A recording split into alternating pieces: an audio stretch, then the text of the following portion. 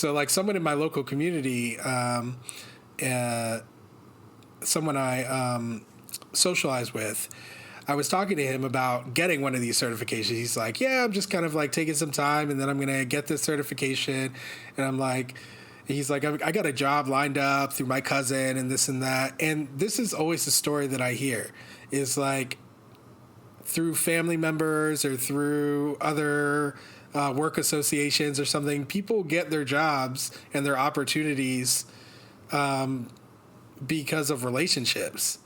And ultimately, racism has put a huge wrench in the relationship network, especially for people who are racialized Black people.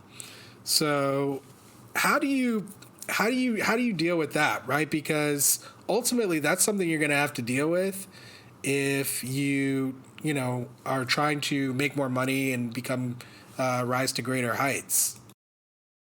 Yeah, you make a lot of great points, and let's try to unpack some of that piece by piece. You talk about the relationship piece, how a lot of people are connected through familial family connections, or whether it's community connections where they know someone in jobs or employment opportunities. And those are typically ahead of other people. And that's actually normal in the sense that someone would offer a job to a family member before they would to a stranger who may have similar credentials. And I say this quite often about my sons. I have two boys. And I tell people that if I were going to offer a job to someone, my sons would be first in line.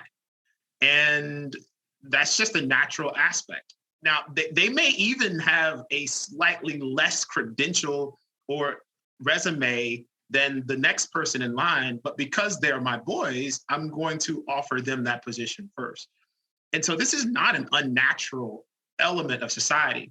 What has happened over centuries in the Western world is that there are indeed certain groups of people who have not had the opportunity or the information or the capital to build these businesses, to build these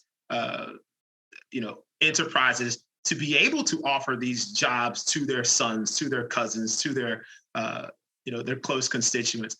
And so a lot of times, there are those who are on the employee end rather than the employer end. And we cannot understate the power of networking and connections in employment.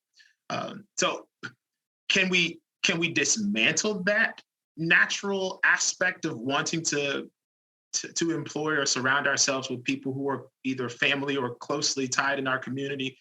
I don't actually know that that's a negative thing.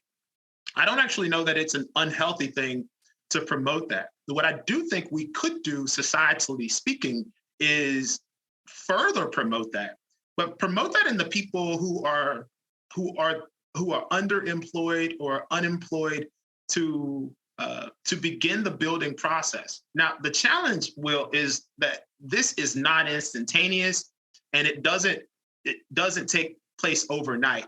It's been generations in the making, and it may be generations in the resolution.